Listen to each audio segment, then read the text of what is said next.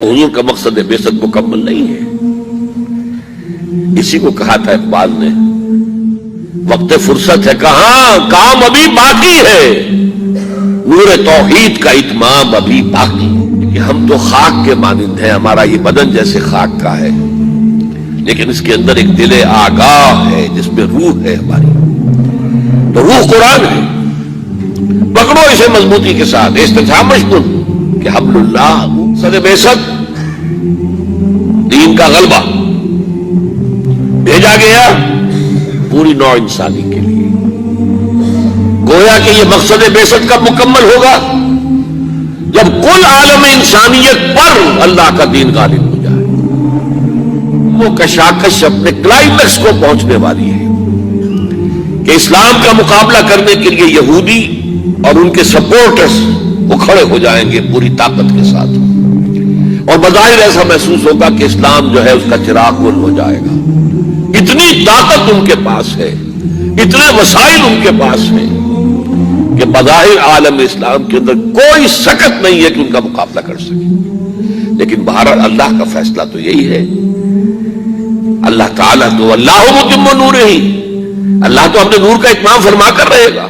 سب سے پہلی بات جو میں کہنا چاہتا ہوں وہ یہ ہے کہ عالمی نظام خلافت دنیا کی تقدیر مبرم ہے. تقدیر مبرم وہ ہے کہ جو بالکل پختہ تقدیر ہو، جس کے ادھر سے ادھر ٹلنے کا کوئی سوال نہ ہو. ایک تقدیر معلق ہوتی ہے جس کے بارے میں کہا جاتا ہے کہ وہ دعا سے ٹل جاتی ہے، اور ایک تقدیر مبرم ہوتی ہے کہ جس کے ٹلنے کا، جس کے نہ واقع ہونے کا کوئی امکان نہیں. تو عالمی نظام خلافت کا قیام دنیا کی تقدیر مبرم ہے. اس کو میں دو حصوں میں ٹیکل کرنا چاہتا ہوں. ایک تو ہم مسلمان ہیں، ہمارا ایمان قرآن پر ہے، ہمارا ایمان محمد الرسول اللہ صلی اللہ علیہ وسلم پر ہے، ہم آپ کے فرامین اور فرمودات کو مانتے ہیں. اور پھر خاص طور پر عہد حاضر میں مختلف اوقات میں اللہ تعالیٰ کچھ ترجمان القرآن لوگوں کو پیدا کرتا رہا ہے. جیسے کہ ایک زمانے میں امام ابن تیمیہ رحمۃ اللہ علیہ کو یہ خطاب دیا گیا تھا کہ ترجمان القرآن ہے یہ. جب ان کا انتقال ہوا ہے تو پورا شہر گونج گیا تھا، صلو علی ترجمان القرآن، آؤ چلو نماز جنازہ میں شریک ہو جاؤ اس شخص کے کہ جو قرآن کا ترجمان تھا. عہد حاضر میں ترجمان القرآن کا وہی مقام میرے نزدیک علامہ اقبال کو حاصل ہے.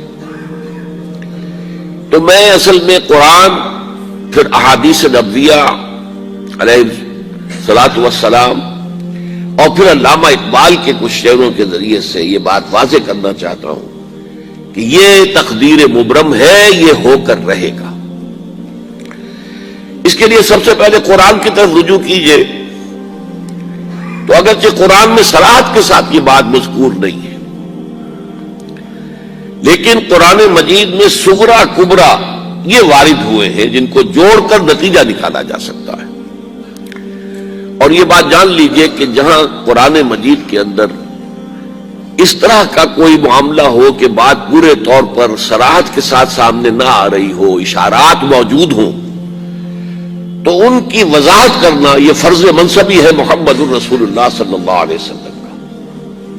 لِتُبَيِّنَ لِلنَّاسِ مَا نُزِّلَ إِلَيْهِمْ، اے محمد صلی اللہ علیہ وسلم، ہم نے آپ پر یہ قرآن، یہ ذکر نازل کیا ہے تاکہ جو کچھ لوگوں کے لیے ہم نے نازل کیا ہے اسے لوگوں پر آپ واضح کر دیں.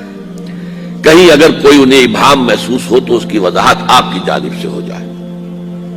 چنانچہ ہم نے دیکھا ہے کہ قرآن مجید میں بار بار آیا وَاعْتَصِمُوا بِحَبْلِ اللَّهِ، وَاعْتَصِمُوا بِاللَّهِ، اللہ سے چمٹ جاؤ، اللہ کی رسی کو مضبوطی سے تھام لو.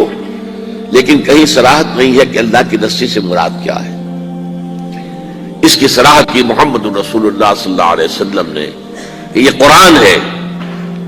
القرآن حبل اللہ الممدود من السماء الى الارض، یہ قرآن جو ہے اللہ کی وہ رسی ہے جو تنی ہوئی ہے آسمان اور زمین کے مابین. تو قرآن مجید جو ہے وہ حبل اللہ ہے. علامہ اقبال نے بھی اس کو کہا ہے کہ ماں ہما خاک و دل آگاہ اوست، احتسامش کن کہ حبل اللہ اوست، از یک آئینی مسلمان زندہ ہست، پہ کرے ملت ز قرآن زندہ ہست، ماں ہما خاک و دل آگاہ اوست، احتسامش کن کہ حبل اللہ اوست۔ ایک آئین ہی کی بدولت جو ہے، جو امت ہے، ملت ہے، وہ زندہ ہے۔ اور در حقیقت یہ پیکر ملت جو ہے، اس میں جان جو ہے، جو روح ہے، وہ قرآن کی ہے۔ کہ ہم تو خاک کے مانند ہیں، ہمارا یہ بدن جیسے خاک کا ہے، لیکن اس کے اندر ایک دل آگاہ ہے جس میں روح ہے ہماری، تو روح قرآن ہے۔ پکڑو اسے مضبوطی کے ساتھ، استحامش کن کہ حبل اللہ یہ ہے۔ تو احادیث کے اندر قرآن کا حبل اللہ ہونا واضح کیا، اور ترجمان القرآن نے بھی اس کی خوبصورت ترجمانی کی ہے۔ اس اعتبار سے قرآن میں صغرا و کبرا ہے۔ صغرا میں اسے قرار دے رہا ہوں کہ 3 مقامات پر قرآن مجید میں یہ بات آئی، هو الذی ارسل رسولہ بالہدی ودین الحق لیظہرہ علی الدین کلہ۔ سورہ توبہ میں، سورہ فتح میں، سورہ صف میں وہی اپنے رسول کو صلی اللہ علیہ وسلم الہدا قرآن مجید اور دین حق اسلام دے کر، تاکہ اسے غالب کریں تمام ادیان پر، پورے کے پورے دین پر، پورے نظام زندگی پر۔ یہ 3 دفعہ آیا۔ اور 2 مقامات جو میں نے آج شروع میں تلاوت کیے، ان میں اس کے ساتھ ایک آیت جڑ کر آئی ہے، اور اس کا تعلق یہود سے ہے۔ دونوں مقامات پر، سورہ توبہ میں بھی اور سورہ صف میں بھی، اس سے پہلے یہود کا ذکر ہے۔ یریدون لیطفئوا نور اللہ بافواہہم، یہ یہودی چاہتے ہیں کہ اللہ کے نور کو اپنے منہ کی پھونکوں سے بجھا دیں۔ واللہ متم نورہ ولو کرہ الکافرون، حالانکہ اللہ تو اپنے نور کا اتمام فرما کر رہے گا، خواہ یہ کافروں کو کتنا ہی ناگوار ہو۔ اس کے بعد وہ آیت آئی، هو الذی ارسل رسولہ بالہدی ودین الحق لیظہرہ علی الدین کلہ ولو کرہ المشرکون۔ تھوڑے سے لفظی فرق کے ساتھ وہ آیت دوبارہ سورہ توبہ میں بھی آئے، یریدون ان یطفئوا نور اللہ بافواہہم ویابی اللہ الا ان یتم نورہ ولو کرہ الکافرون۔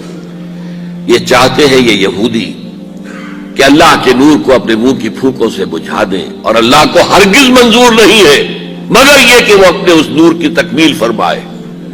هو الذی ارسل رسولہ بالہدی، پھر وہی آیت آ گئی، وہی ہے کہ جس نے بھیجا ہے اپنے رسول کو صلی اللہ علیہ وسلم الہدا قرآن حکیم اور دین حق اسلام کا مکمل نظام حیات، کہ جو عدل اجتماعی کی کامل ترین شکل ہے، تاکہ اسے غالب کرے، قائم کرے، نافذ کرے، چاہے یہ مشرکوں کو کتنا ہی ناگوار ہو۔ تو پہلی آیت میں جو کشاکش جس کا ذکر ہو رہا ہے، اس کا میں آخر میں تذکرہ کروں گا۔ یاب اللہ الا یتم نورہ، ایک مثبت انداز بیان ہے اور ایک منفی انداز ہے۔ اللہ کو ہرگز منظور نہیں ہے مگر یہ کہ اپنے نور کا اتمام فرمائے۔ تو منفی اور مثبت دونوں اندازوں میں بات کی، اللہ کا فیصلہ ہے، یہ اٹل ہے۔ اسی لیے میں کہہ رہا ہوں یہ تقدیر مبرم ہے۔ اچھا، یہ تو صغرا ہے، کبرا کیا ہے؟ کہ حضور کو بھیجا ہے پوری نوع انسانی کے لیے۔ یہ 5 مرتبہ قرآن میں آیا۔ میں نے صرف 2 جگہوں سے آیات کوٹ کی ہیں۔ ایک تو سورہ اعراف میں فرمایا گیا، اے نبی کہہ دیجئے، یا ایھا الناس انی رسول اللہ الیکم جمیعا، میں اللہ کا رسول ہوں تم سب کی طرف، میں عرب کی طرف نہیں آیا، میں صرف قریش کے لیے رسول نہیں ہوں، میں صرف بنی اسماعیل کے لیے رسول نہیں ہوں، میں صرف جزیرہ نماء عرب کے رہنے والوں کے لیے رسول نہیں ہوں، انی رسول اللہ الیکم جمیعا۔ اور سورہ سبا کے اندر یہ میرے نزدیک اس موضوع پر قرآن مجید کا ضربہ سلام ہے، وما ارسلناک الا کافۃ للناس بشیرا ونذیرا، اے محمد ہم نے نہیں بھیجا ہے آپ کو مگر پوری نوع انسانی کے لیے بشیر اور نذیر بنا کر۔ اب یہ صغرا کبرا جوڑی، کا مقصد بعثت مکمل نہیں ہے. اسی کو کہا تھا اقبال نے، ہاں کام ابھی باقی ہے، نور توحید کا اتمام ابھی باقی ہے. جو آپ کو نوید خلافت دیا گیا ہے، اس لیے کہ ان میں یہ آیات بھی موجود ہیں کہ جس کے نتیجے میں نے آپ کے سامنے نکال کر بتائے. تو پہلی بات تو حضور قرآن صغرا کبرا جوڑنے سے جو نتیجہ نکلا کہ کل روئے ارضی پر، کل عالم اسلامی پر اللہ کا دین غالب ہوگا. اللہ کے دین کے غالب ہونے کا مطلب کیا؟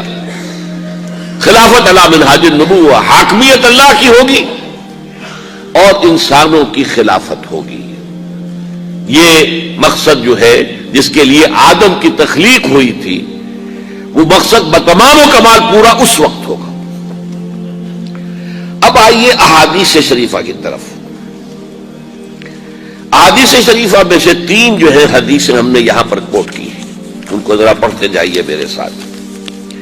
ایک حدیث تو وہ ہے جو پہلے بھی ہم پڑھ چکے ہیں، لیکن آج میں چاہتا ہوں کہ اس کے ایک ایک لفظ کو بھی آپ بھی اس کے متن کو پڑھتے ہوئے اور اس پر نگاہیں جماتے ہوئے پڑھیے. قال رسول اللہ صلی اللہ علیہ وسلم تکون النبوۃ فیکم ما شاء اللہ ان تکون. نبوت رہے گی تمہارے مابین مسلمانوں جب تک کہ اللہ چاہے گا کہ وہ رہے، یعنی میں رہوں گا. ثم يرفع اللہ اذا شاء يرفعها، پھر اللہ اسے اٹھا لے گا جب اللہ چاہے گا کہ اسے اٹھا لے، یعنی پھر میرا انتقال ہو جائے گا، نبوت ختم ہو جائے گی. اب تمہارے مابین نبوت کی برکات و سعادتیں نہیں رہے گی. ثم تکون خلافت علی منہاج النبوہ، میں نے واضح کیا تھا کہ حدیث کی اصطلاح اصل میں یہ ہے خلافت علی منہاج النبوہ. خلافت راشدہ کی اصطلاح جو ہے وہ حدیث میں نہیں آئی ہے. پھر اس کے بعد ایک دور ہوگا خلافت کا جو بالکل نبوت کے طریق پر ہوگی، نبوت کے نقش قدم پر ہوگی. جو نظام میں نے قائم کیا جوں کا توں، بغیر کسی بال کے فرق کے وہ قائم رہے گا. فتکون ما شاء اللہ ان تکون، پھر وہ بھی رہے گا جب تک کہ اللہ چاہے گا کہ رہے. ثم يرفع اللہ اذا شاء يرفعها، پھر اللہ اسے بھی اٹھا لے گا جب چاہے گا کہ اٹھا لے. ثم تکون ملکا عاضا، عض یعض کہتے ہیں دانتوں سے کاٹنے کو، کاٹ کھانے والی شے، عاضا. فرمایا پھر اس کے بعد ایک دور آئے گا جو کاٹ کھانے والی ملوکیت کا دور ہوگا. یہ جیسا کہ میں عرض کر چکا ہوں، یہ ملوکیت جو مسلمانوں کی تھی اور ان میں جو مظالم ہوئے ہیں، اور اچھے لوگ بھی آئے ہیں، یقیناً آئے ہیں، آخر 12 خلفاء کی تعداد انہی میں سے پوری ہوتی ہے. لیکن بحث کے مجموعی جو کچھ ہوا ہے، میں نے چند اشارے کر دیے تھے کہ واقعہ کربلا اب جس کا تذکرہ ہمارے ہاں ہوگا بہت شدت کے ساتھ، محرم الحرام کا آغاز ہو چکا ہے. پھر یہ کہ واقعہ ہررا جو نہایت افسوسناک واقعہ ہماری تاریخ کا، جس کا کہ ذکر کرتے ہوئے بھی لرزہ طاری ہوتا ہے. مسلمانوں نے اور مدینۃ النبی کی حرمت کو ایسا پٹا لگایا کہ 3 دن تک کے لیے جائز ہے، حلال ہے، جو چاہو لوٹو اور جس کو چاہو ریپ کرو. پھر اسی دور میں حجاج ابن یوسف جیسا قصاب جس نے سینکڑوں تابعین کو شہید کیا ہے، پھر اسی دور میں محمد بن قاسم کو بلا کر شہید کیا گیا. خطرہ ہوتا ہے ملوکیت کو کہ کوئی مد مقابل بن کر نہ آ جائے، کوئی اتنا بڑا پاپولر نہ ہو جائے کہ ہمارے اقتدار کو چیلنج کرے. اور اسی لیے موسیٰ ابن نصیر جن کے ایک ادنا کمانڈر نے ہسپانیہ فتح کیا، طارق بن زیاد، اصل کمانڈر کون تھے؟ موسیٰ بن نصیر. انہیں بھی بلا کر بوڑھے آدمی کو دھوپ میں کھڑا رکھا ہے، یہاں تک کہ وہ بے ہوش ہو کر گر گئے اور پھر قید رکھا. بہرحال یہ ملوکیت ثم تکون ملکا عاضا، پھر کاٹ کھانے والی ملوکیت آئے گی. فتکون ما شاء اللہ ان تکون، تو وہ بھی رہے گی جب تک اللہ چاہے گا. ثم يرفع اللہ اذا شاء يرفعها، پھر اللہ اٹھا لے گا اسے بھی جب چاہے گا. ثم تکون ملکا جبریا، پھر ایک مجبوری والی ملوکیت آئے گی، غلامی والی. اس کا مفہوم آج ہم پر واضح ہے، اس وقت میں نہیں سمجھتا کہ کسی نے کیا سمجھا ہوگا، واللہ عالم، کہ وہ دوسری ملوکیت جو ہم پر چھائی ہے، جس کو ہم ویسٹرن کولونیلزم کہتے ہیں، یورپین کولونیلزم، کہیں انگریز ملکہ وکٹوریا کے ہم غلام ہو گئے، کہیں جو ہے ہسپانوی آ گئے، کہیں پر اطالوی آ گئے، کہیں پر فرانسیسی آ گئے، کہیں پر ولندیزی آ گئے، کہیں پر پرتگیزی آ گئے، اس طرح سے پورا عالم اسلام گرفت میں آ گیا۔ وہ تو صحرائے عرب رہ گیا تھا اس لیے کہ ابھی تیل نکلا نہیں تھا وہاں، ورنہ صحرائے عرب پر تو اس کولونیلزم نے پنجے جو ہیں وہ سب سے بڑھ کر گاڑنے تھے، وہاں بھی کچھ تھا ہی نہیں، ریت یا پتھر، اس کے سوا کچھ تھا ہی نہیں۔ باقی پورا عالم اسلام شکنجے میں کسا گیا۔ ثم تکون ملکا جبریا فتکون ما شاء اللہ ان تکون، پھر وہ بھی رہے گا جب تک کہ اللہ چاہے گا۔ ثم یرفع اللہ اذا شاء یرفع، پھر اللہ اسے بھی اٹھا لے گا جب چاہے گا کہ اٹھا لے۔ ثم تکون خلافۃ علی منہاج النبوہ، پھر آئے گا ایک دور خلافت علی منہاج النبوہ کا۔ ثم سکت النبی صلی اللہ علیہ وسلم، اس کے بعد خاموش ہو گئے حضور۔ تاریخ انسانی کا یہ آخری دور ہوگا۔ یہ حدیث رواہ احمد رحمہ اللہ عن النعمان بن بشیر رضی اللہ تعالی عنہ۔ اب آپ دیکھیے، دو حدیثیں وہ میں آپ کو سنا رہا ہوں، اور یہ قیمتی خزانہ آپ کو ہم نے ہدیتاً پیش کیا ہے، اس سے بڑا قیمتی خزانہ کوئی نہیں۔ موجودہ مایوسی کے حالات کے اندر دل میں جو ایک امید کا چراغ روشن ہوتا جن احادیث سے، کہ ہم کہہ سکتے ہیں دنیا والوں سے کہ اور بھی دور فلک ہیں ابھی آنے والے، ناز اتنا نہ کرے ہم کو ستانے والے، ستا لو جو ستانا ہے تم نے، لیکن بالآخر ٹیبل ول بی ٹرنڈ، معاملہ بدلے گا، حالات تبدیل ہوں گے۔ یہ جو اب دور آئے گا نظام خلافت علی منہاج النبوہ کا، یہ اب گلوبل ہوگا۔ یہ گلوبل ہونا اس کا لازم ہے پوری دنیا میں، تبھی تو حضور کا مقصد بعثت مکمل ہوگا۔ وما ارسلناک الا کافۃ للناس بشیرا ونذیرا، تبھی تو بات پوری ہوگی۔ لہذا سنیے حدیثیں۔ عن ثوبان رضی اللہ تعالی عنہ، یہ حضور کے غلام تھے جنہیں آپ نے آزاد کر دیا تھا، تو بعض روایات میں ان کا لفظ نام پورا آتا ہے۔ عن ثوبان مولا رسول اللہ صلی اللہ علیہ وسلم، حضور کے آزاد کردہ غلام ثوبان سے روایت ہے۔ قال قال رسول اللہ صلی اللہ علیہ وسلم، انہوں نے بتایا کہ نبی اکرم صلی اللہ علیہ وسلم نے فرمایا، ان اللہ زوالی الارض، اللہ نے میرے لیے تمام زمین کو لپیٹ دیا یا سکیڑ دیا۔ فرأیت مشارقہا و مغاربہا، تو میں نے اس کے سارے مشرق دیکھ لیے، سارے مغرب دیکھ لیے۔ وَإِنَّ أُمَّتِي سَيَبْلُغُ مُلْكُهَا مَا زُوِيَ لِي مِنْهَا، اور میری امت کی حکومت ان تمام علاقوں پر قائم ہو کر رہے گی جو اللہ تعالیٰ نے زمین کو سکیڑ کر یا لپیٹ کر مجھے دکھا دیے۔ اس کے بعد بھی کوئی نا امیدی اور مایوسی کا معاملہ ہوگا؟ ٹھیک ہے، درمیان میں جو دور آنے ہیں، مکے والوں پر جو بیت رہی تھی صحابہ کرام پر وہ بیتا، احد میں شہید جو ہوئے وہ ہوئے، بالآخر تو اسلام غالب ہوا، بالآخر تو حضور 10,000 قدوسیوں کے ہم رکاب مکے میں فاتح کی حیثیت سے داخل ہوئے کہ نہیں ہوئے؟ تو ابھی بہت کچھ ہونا ہے امت مسلمہ کے ساتھ۔ We deserve the punishment, divine punishment، لیکن اس کے بعد جو ہونا ہے وہ یہ ہے۔ اب یہ روایت بھی ہے، نوٹ کر لیجئے، رواہ مسلم، یہ گویا کہ صحیحین میں سے ایک، چوٹی کی دو کتابیں جو ہے حدیث کی ان میں سے ایک کے اندر ہے، یہ صحیح مسلم کے اندر ہے، جامع ترمذی کے اندر بھی ہے، سنن ابی داؤد کے اندر بھی ہے، سنن ابن ماجہ کے اندر بھی ہے، اور اس کے راوی میں آپ کو پہلے بتا چکا ہوں حضرت ثوبان ہے۔ دیکھیے یہاں اقبال جو ہے اس کے میں نے اشعار جو ہے لکھے ہیں ساتھ ہی، یہ وہ ترجمان القرآن، وہ اس امید کا، اس وقت کا، ایک جگہ تو بہت ہی خوبصورت انداز میں کہا ہے، جب غرناطہ میں جب گئے ہوئے تھے قرطبہ، اور قرطبہ میں جو مسجد ہے جامع قرطبہ، وہ دریا کے کنارے پر ہے۔ جیسے کبھی یہ مسجد جو ہماری تھی بادشاہی مسجد، یہ دریائے راوی کے کنارے پر تھی، راوی اس کے ساتھ بہتا تھا۔ بڈھا راوی تو ہمارے اپنی جو ہے اس میں رہا ہے کہ اس راوی کو بڈھا راوی کہتے تھے، وہ گندا سا ایک نالا، وہ تھا اصل میں بیٹھ۔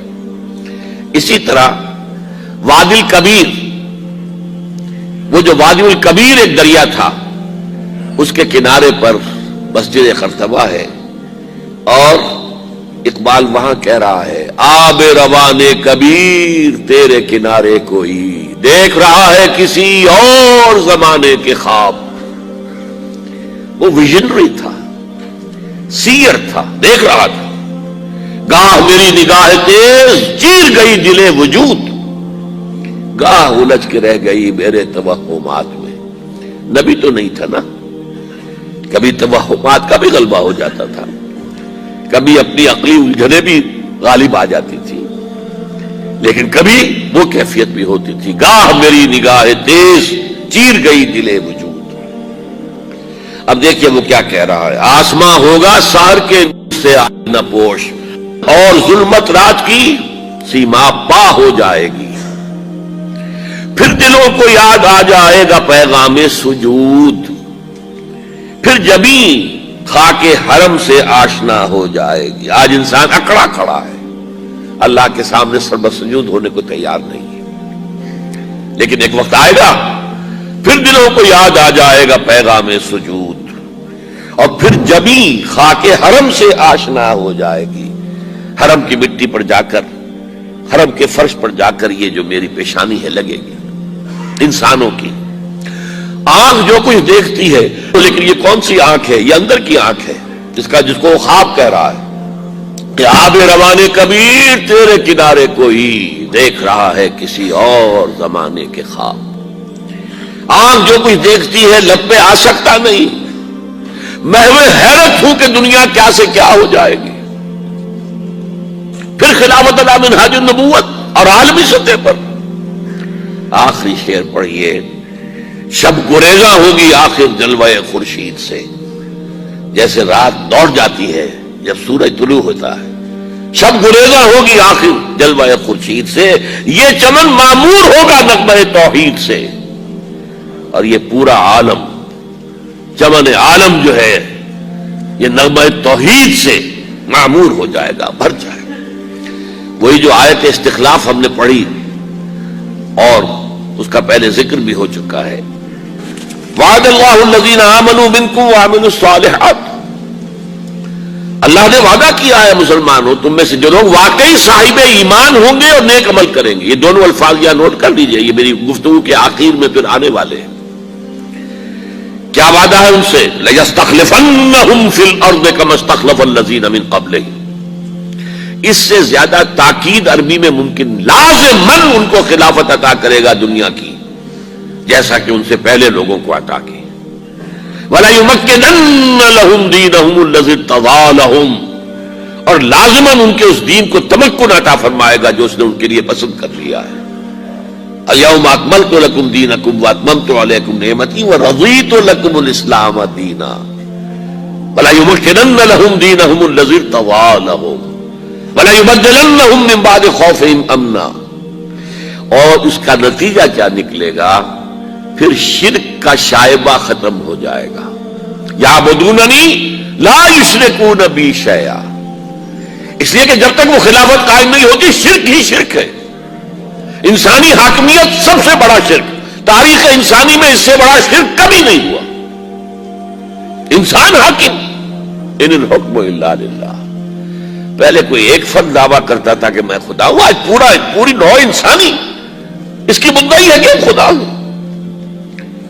پھر جب وہ خلافت قائم ہو جائے گی، یہ ہم پڑھ چکے ہیں خلافت کہتے کسے ہیں، اللہ کی حاکمیت اور بندوں کی خلافت، جب وہ ہوگا تو شرک کا قلع کما ہو جائے گا، پھر ان کی بندگی خالص بندگی ہوگی، پھر وہ ہماری عبادت کریں گے تو وہ خالص ہوگی، ورنہ کیا ہے مسجد میں ہماری عبادت کریں گے، باہر جا کر کسی اور کا حکم جو ہے مانیں گے، کسی اور کا جھنڈا اٹھائیں گے، زندہ باد کا نعرہ لگائیں گے، کسی ایسی عدالت میں جائیں گے جہاں اللہ کے حکم سے فیصلے نہیں ہوتے، کسی ایسی پارلیمنٹ میں جا کر بیٹھیں گے ڈٹ کر اور ترا چڑھا کر جہاں اللہ کا حکم نہیں نافذ کیا جاتا۔ تو یہ تو ایک ملی جلی سی ایک عبادت ہے کہ مسجد میں بس نماز ہے، باقی تو بغاوت۔ لیکن پھر کیا ہوگا جب یہ خلافت قائم ہو جائے گی؟ تو یعبدوننی لا یشرکون بی شیئا ومن کفر بعد ذلک، جو اس کے بعد بھی کفر کرے فاولئک هم الفاسقون، یہ تو شیطنت ہے۔ اس لیے کہ ابلیس کے لیے یہ لفظ آیا ہے قرآن میں سورہ کہف میں، کان من الجن ففسق عن امر ربی، بغاوت۔ اس کے دو معنی ہیں، ایک تو یہ کہ جب یہ ہو جائے گا پھر بھی اگر کوئی کفر کرے گا تو اس کا مطلب یہ کہ وہ شیطان محض ہے، اس میں کوئی نیکی کا کوئی سوال ہے ہی نہیں۔ میرے نزدیک اس کا مطلب اور ہے، اتنا پختہ وعدہ ہم نے تم سے کیا ہے پھر بھی تم کمر نہیں کستے، نہیں کھڑے ہوتے اس کے لیے جد و جہد کرنے کے لیے، تو تم کفر کر رہے ہو۔ اتنا پختہ وعدہ، لا يستخلفنهم في الارض ولا يمكنن لهم دينهم ولا يبدلنهم من بعد خوفهم امنا، اس کے بعد بھی اگر انسان کمر نہ کسے، محنت نہ کرے، جد و جہد نہ کرے، ومن کفر بعد ذلك فاولئک هم الفاسقون، یہ ہے وہ نوید جو اقبال نے دی ہے، وہ جو توحید کی تکمیل ہوگی اس کائنات کے اندر کب ہوگی؟ شب گریزاں ہوگی آخر جلوہ خورشید سے، یہ چمن معمور ہوگا نغمہ توحید سے۔ اب اسی موضوع پر ایک اور حدیث سن لیجیے، یہ بھی رواہ احمد فی المسند بسند صحیح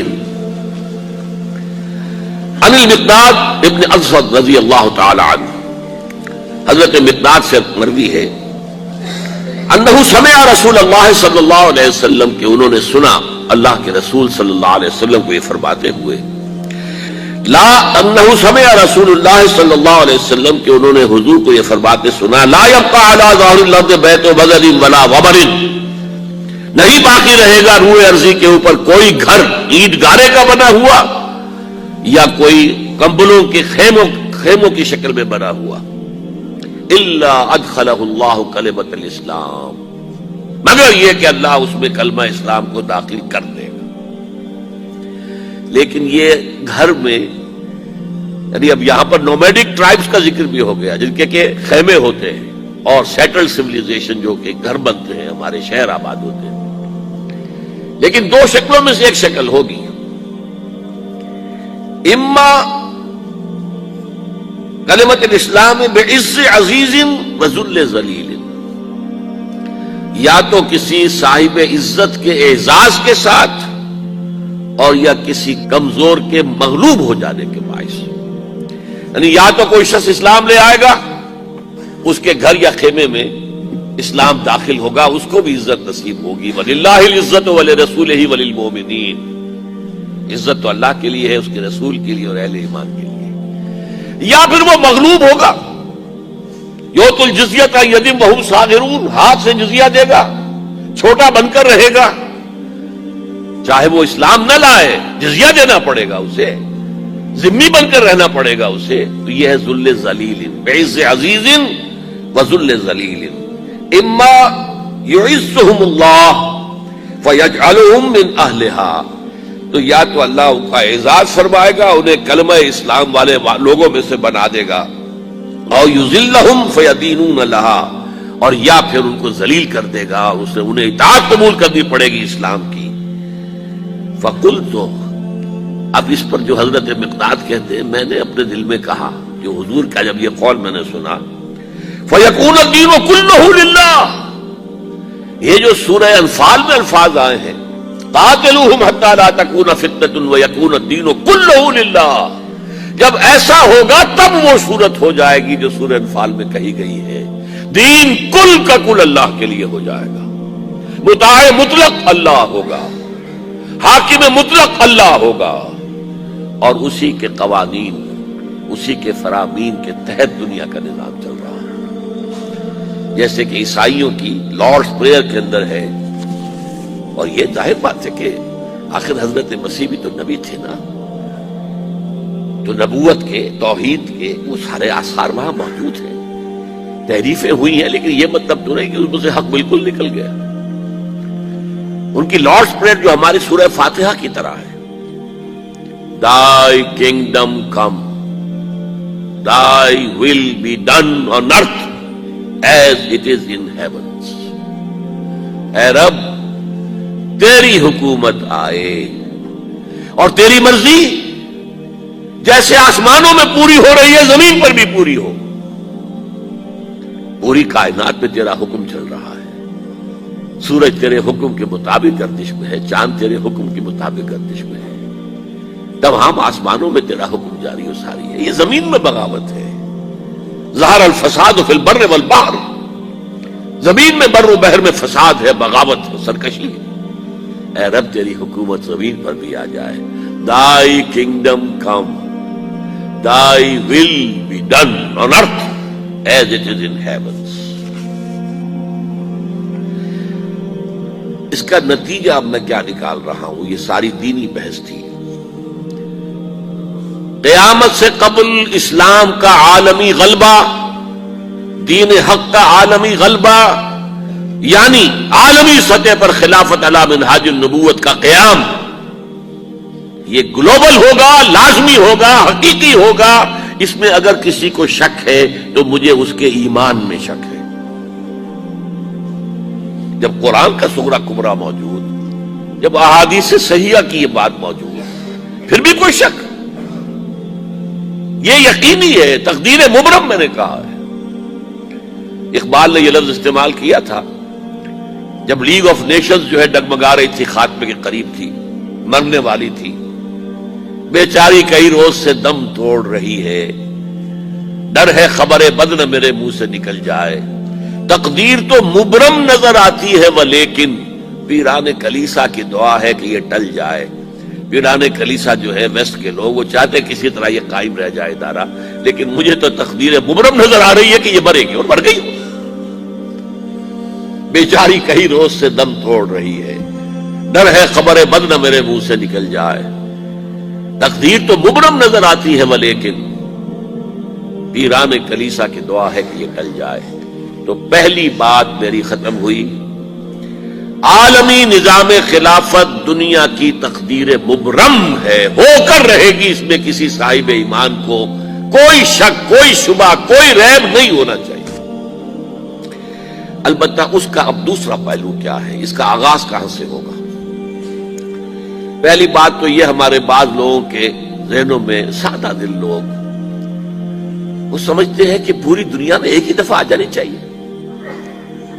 یہ کوئی علاقائی خلافت تو نہیں ہو سکتی, خلافت تو عالمی ہوتی ہے. ان سے میں کہتا ہوں عالمی خلافت کب تھی جناب؟ یہ تو نہ خلافت راشدہ میں عالمی تھی. کیا ہندوستان شامل تھا اس میں؟ کیا چین شامل تھا؟ کیا یورپ شامل تھا؟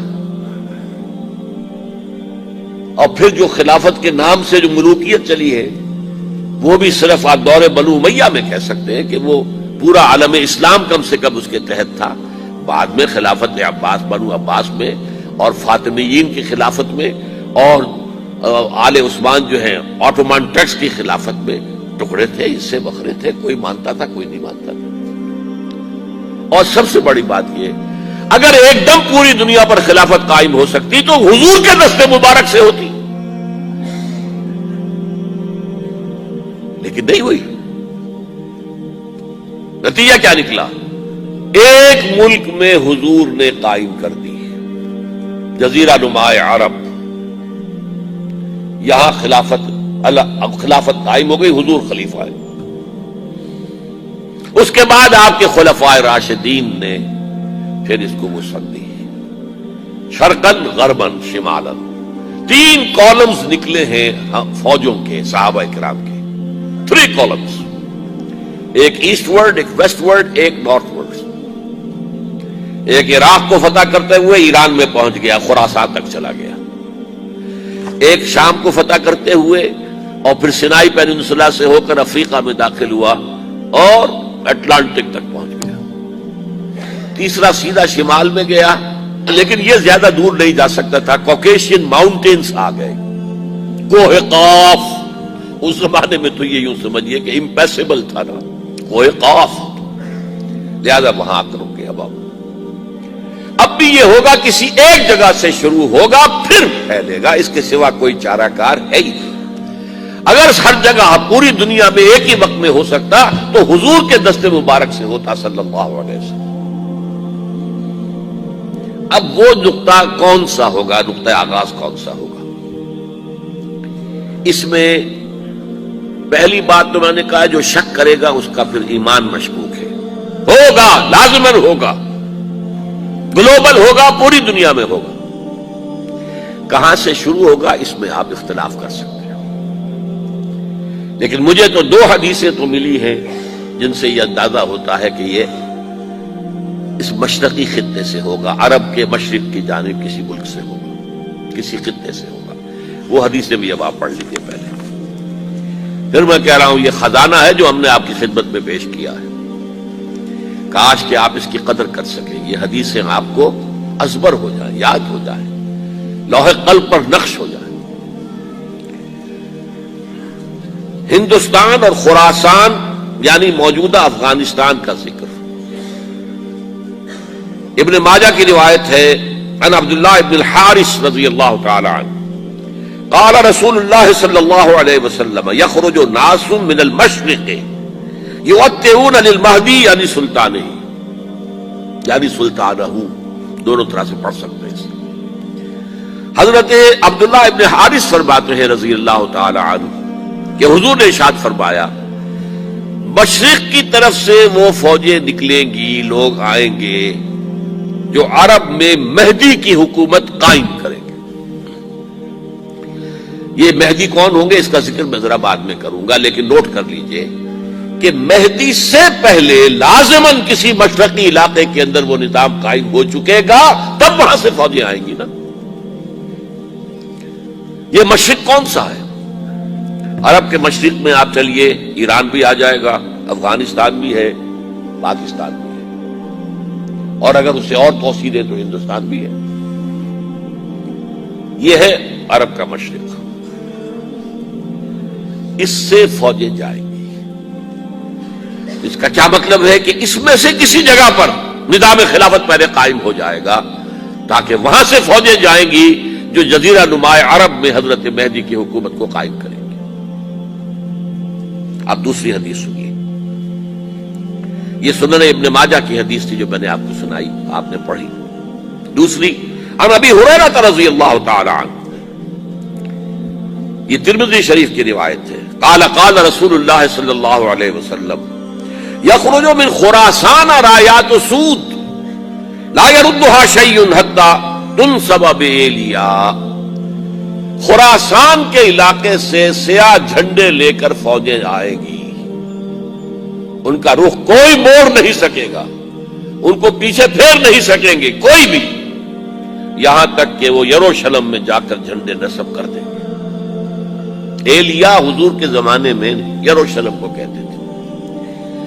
یہ یروشلم تھا جب حضرت سلیمان کی حکومت تھی اور یہاں پر معبد سلیمانی، ہیکل سلیمانی قائم ہوا، پھر یہ یروشلم ہی رہا ہے تاریخ میں، یہاں تک کہ سن 70 عیسوی میں جب ٹائٹس رومی جنرل نے اس کو گرایا، ختم کیا، سیکنڈ ٹیمپل گرا دیا، اور یہاں سے یہودیوں کو کہا نکل جاؤ یہاں سے، کوئی یہودی باقی نہیں رہا، تب بالکل تہم بالا برباد کر دیا۔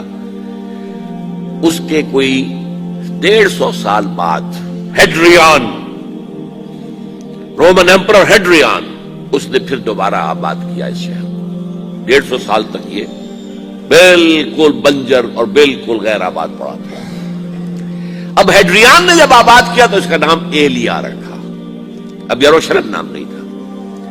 تو حضور کے زمانے میں پھر اس کا نام ایلیا تھا، اور اب اس سے کیا معلوم ہو رہا ہے کہ یہ یروشلم مسلمانوں کے قبضے سے اس وقت نکلا ہوا ہوگا، ایک دفعہ پہلے نکلا تھا، سن 1099 عیسوی میں مسلمانوں کے ہاتھ سے نکلا، کروسیڈرز عیسائیوں نے آ کر اس کو قبضے میں کیا، لاکھوں مسلمانوں کو مارا، قتل کیا۔ اس کو 1187 عیسوی میں واپس لیا ہے، کس نے لیا ہے؟ صلاح الدین ایوبی کرد۔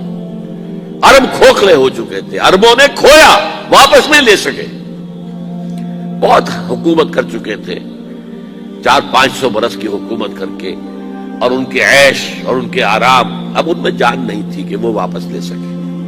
واپس لینے والا گرم کرد خون تھا، صلاح الدین ایوبی۔ تو گویا کہ اب آپ سمجھئے کہ 88 برس تک عیسائیوں کا قبضہ رہا یروشلم پر۔ اب 1967 میں یہودیوں نے قبضہ کیا ہے، اور اب 38 برس تو ہو گئے، 88 نہیں تو 38 برس تو ہو گئے، لیکن وہ دور آئے گا کہ اب پھر لیں گے۔ لینے والے عرب بھی نہیں ہوں گے، خراسان کے علاقے سے فوجیں آئیں گی۔ یہ خراسان کیا تھا؟ ایلیا تو میں نے آپ کو بتا دیا، یروشلم کا نام ہے۔ خراسان اس زمانے میں ایک بہت بڑے ملک کو کہتے تھے، کچھ حصہ پاکستان کا بھی اس میں شامل ہے، کچھ حصہ ایران کا بھی ہے۔ ایران کے اس حصے کو اب بھی خراسان کہتے ہیں، وہ ایک صوبہ ہے۔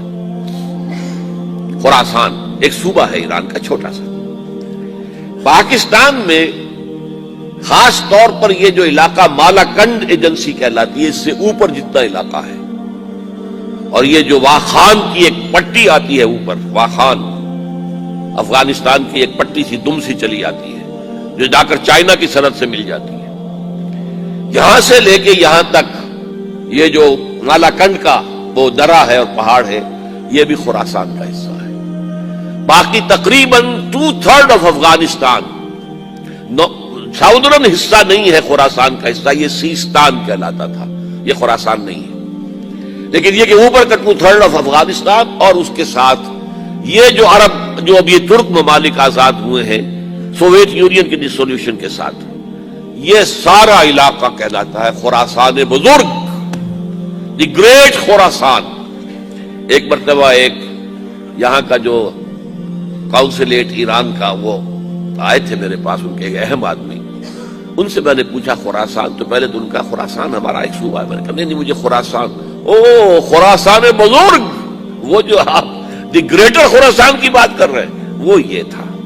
پھر میں نے اور طریقوں سے بھی تحقیق کی، پہلے خیال تھا کہ پورا افغانستان اس میں شامل ہے، لیکن اب معلوم ہوا کہ نہیں، یہ جو جنوبی حصہ ہے یہ سیستان کہلاتا تھا، کچھ بلوچستان کا حصہ اس میں شامل تھا، اور کچھ یہ جنوبی حصہ افغانستان کا۔ یہاں سے فوجیں جائیں گی، اور یہ فوجیں جا کر خراسان سے چل کر ایلیا پہنچیں گی، یروشلم پہنچیں گی، اور اپنے جھنڈے کاٹ دیں۔ اس کا جو نتیجہ نکلتا ہے وہ آپ سمجھ لیجئے۔ اس میں بھی اب میں اس سیر ترجمان القرآن اقبال کا ایک شعر آپ کو سنا رہا ہوں۔ ایک تو انہوں نے جو اردو میں کہا تھا، میر عرب کو آئی ٹھنڈی ہوا جہاں سے، میرا وطن وہی ہے، میرا وطن وہی ہے۔ ٹھنڈی ہوا حضور کو آئی، مجھے ہندوستان کی طرف سے ٹھنڈی ہوا آ رہی ہے صلی اللہ علیہ وسلم۔ اس کا جو ہے حوالہ مجھے نہیں مل سکا ہے اب تک، لیکن لوگ مانتے ہیں کہ ہاں ہے، حدیث ہے، پڑھی ہے ہم نے، لیکن بتا نہیں پا رہے کوئی۔ اور ظاہر بات ہے کہ حدیث کا ذخیرہ اتنا وسیع ہے کہ اس میں سے تلاش کرنا آسان کام نہیں ہے، اور اقبال کو کافی علم تھا ان چیزوں کا، تو اس کو بغیر کسی بنیاد کے نہیں کہہ سکتا۔ میر عرب کو آئی ٹھنڈی ہوا جہاں سے، میرا وطن وہی ہے، میرا وطن وہی ہے۔ لیکن اس سے بھی زیادہ جو بات ہے وہ علامہ اقبال کا ایک شعر ہے، جس کے پہلے مصرعے میں تو حضرت مہدی کا ذکر ہے، وہ میں بعد میں اس کا ذکر کروں گا جب ان کا وقت آئے گا۔ خضر وقت از خلوت دشت حجاز آید برون، خضر وقت، وقت کا خضر، میرے نزدیک وقت کا مجدد حضرت مہدی، وہ خلوت حجاز سے باہر آئیں گے۔ خضر وقت از خلوت دشت حجاز آید بروں، کارواں زی وادی دور و دراز آید بروں، کارواں اس وادی دور و دراز سے چلے گا۔ یہ وادی دور و دراز کون سی ہے؟ وادی سندھ۔ وادی سندھ کا تصور پتہ نہیں آپ کو کیا ہے، آپ کو معلوم ہونا چاہیے کہ وادی سندھ، یہ سارے ٹریبیوٹس جو آ رہے ہیں، جو وادی اس دریائے سندھ میں مل رہے ہیں، جیسے ایک درخت ہوتا ہے اور اس کی شاخیں ہیں، وہ تو درخت کے تنے سے نکلی ہیں۔ ایک یہ کہ ٹریبیوٹریز ہوتی ہیں، چھوٹے چھوٹے دریا ہوتے ہیں، وہ ملتے ہیں تو ایک بڑا دریا بنتا ہے۔ یہ ٹریبیوٹریز مشرق سے بھی آ رہی ہیں سندھ میں اور مغرب سے بھی آ رہی ہیں. افغانستان کا جو مشرقی حصہ اسی وادی سندھ کے اندر ہے، اور یہ موجودہ پاکستان، بلکہ اس میں سے کچھ حصہ جو ہم چھوڑ چکے ہیں، ہم سے نکل گیا دریائے ستلج تک، یہ اس وادی سندھ کا حصہ ہے. کہاں آ رہا ہے ستلج؟ سندھ میں. اور بیاس تو ستلج میں پہلے ہی آ گیا، راوی آ گیا، چناب آ گیا، جہلم آ گیا، سب سندھ میں پہنچ گئے. بٹن کوٹ میں سب پہنچ گئے کہ نہیں پہنچ گئے؟ اوپر سے یہ دریائے سوات آ رہا ہے، یہ دریائے دیر آ رہا ہے، یہ دریا فلاں آ رہا ہے، یہ دریا فلاں آ رہا ہے، سب دریائے کابل میں ہو کر کہاں پہنچے؟ سندھ میں. اوپر سے دریائے ہنزا آ رہا ہے، دریائے گلگت آ رہا ہے، کہاں آ کر گرے؟ سندھ میں. پھر یہ جو دریا آ رہے ہیں جو ہمارے جو ہے درائے گومل سے چلا آ رہا ہے، ٹوچی چلا آ رہا ہے، کہاں جاتے؟ سندھ میں. یہ پوری وادی ہے. یہ افغانستان کا مشرقی حصہ جو پختون ہے، 100% پختون، وہ در حقیقت وادی سندھ کے اندر ہے. یہ دو طرف سے وادی سندھ. کارواں زی سے مراد ازیں، کارواں ازیں وادی دور و دراز آیت برو. فوجیں یہاں سے جائیں گی حضرت مہدی کی حکومت قائم کرنے کے لیے. خضر وقت از خلوت دشت حجاز آیت برو، کارواں زی وادی دور و دراز آیت برو. یہ ہے اس سیر کا. حالانکہ یہی شخص ہے جو اپنے خطبات کے اندر نفی بھی کرتا ہے کہ یہ مہدی اور یہ اور وہ، یہ سب تصورات جو ہیں یہ کوئی صحیح نہیں ہے، اور یہ پرانی کوئی روایات چلی آ رہی تھی، ہر مذہب میں تصور ہے. اس طرح کی بات کہی ہے.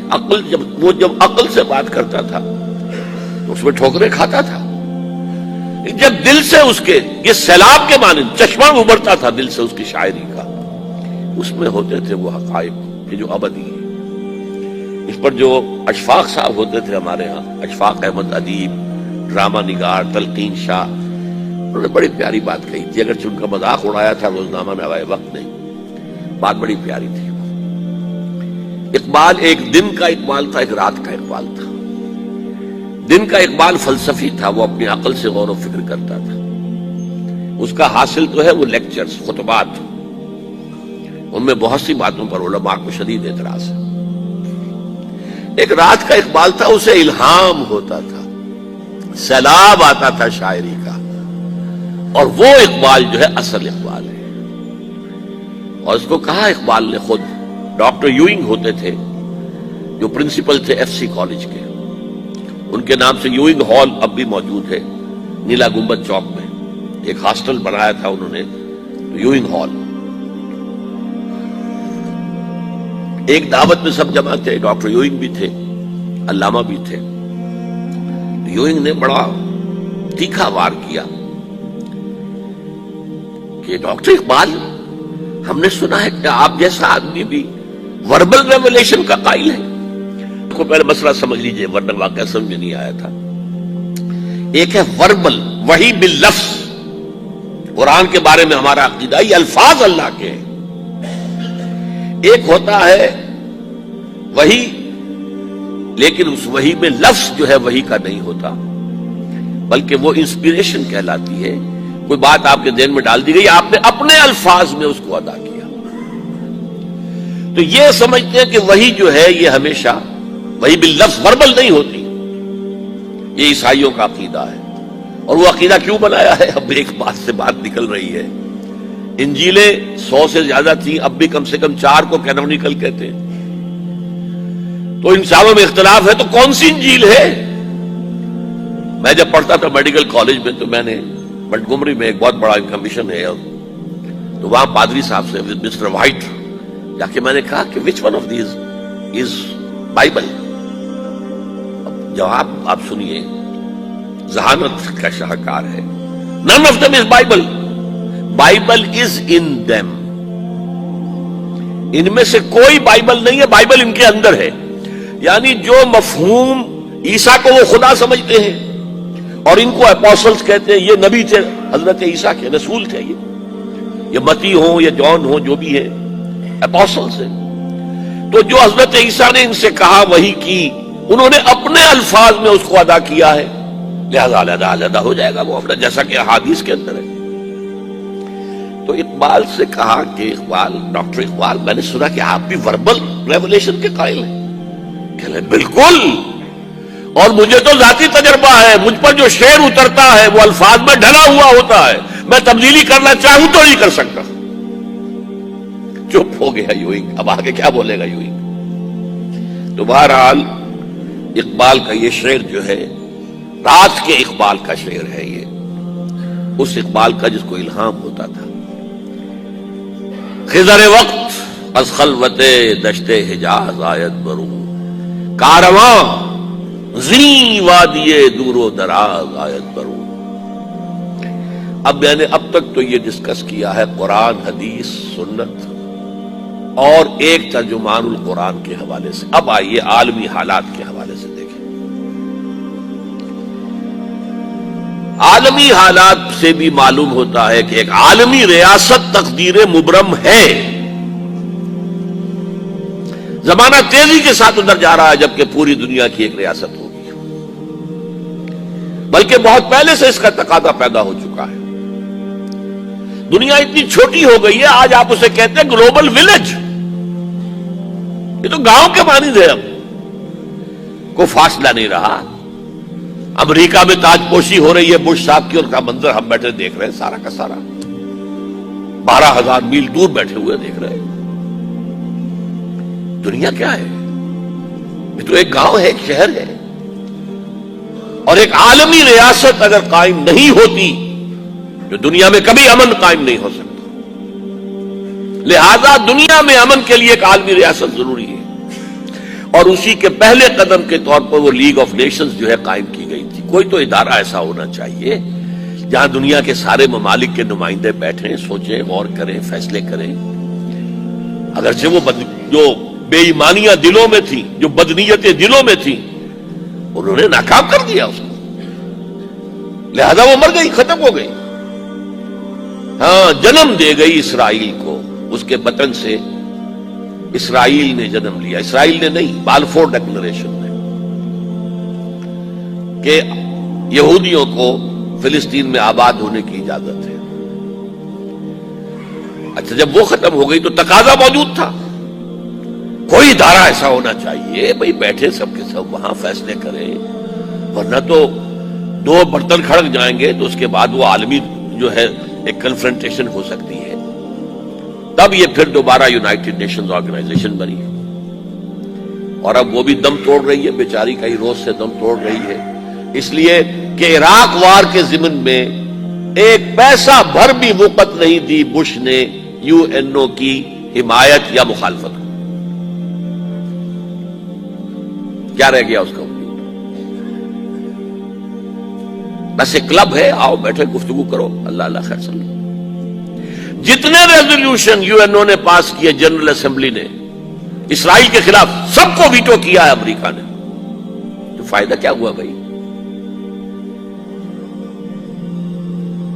جنرل اسمبلی کا فیصلہ کشمیر کے بارے میں موجود ہے 55 سال سے، اس پر عمل درآمد نہیں ہو سکتا۔ تو وہ در حقیقت جب عدل انسان کے اندر نہ ہو، اللہ پر ایمان اور یقین نہ ہو، آخرت کے محاسبے کا احساس نہ ہو، تو کوئی بھی آپ ادارہ بنا لے، فیل ہو جائے گا۔ ایک زمانے میں، وہ بھی میرے زمانہ طالب علمی کا ہے، جمعیت طلبہ والے جو ہے کراچی سے نکالا کرتے تھے اسٹوڈنٹس وائس، ایک انگریزی ہفت روزہ، اس میں لکھا تھا UNO کا مطلب ہے یونائٹڈ نیشنز آرگنائزیشن نہیں، انٹائڈ نیشنز آرگنائزیشن، جو بندھی ہوئی نہیں ہے آپس میں۔ یہ نیشنز جو ہے ان کا کوئی آپس میں تعلق نہیں ہے، ان کی آرگنائزیشن ہے، انٹائڈ، یونائٹڈ کی بجائے۔ اور آج اس کا منظر سامنے آ چکا ہے، لیکن تقدیر مبرم ہے۔ The march of history cannot be stopped۔ چاہے نیو ورلڈ آرڈر آئے، چاہے جسٹ ورلڈ آرڈر آئے، آئے گا ورلڈ آرڈر، جس میں کوئی شک نہیں ہے۔ گلوبلائزیشن ہو رہی ہے، ٹرپس کا معاہدہ ہو رہا ہے، یہ سارا جو ہے کدھر ہم سفر کر رہے ہیں، کدھر جا رہے ہیں؟ Towards a world state. اس عالمی ریاست کے قائم ہونے میں کمپیٹیٹرز کون کون ہیں؟ کون اپنا نظام قائم کرنا چاہتا ہے؟ اس کے لیے اقبال کے دو شعر. دنیا کو ہے پھر مارکہ روح و بدن پیش، مارکہ روح و بدن، روحانیت اور میٹیریلزم.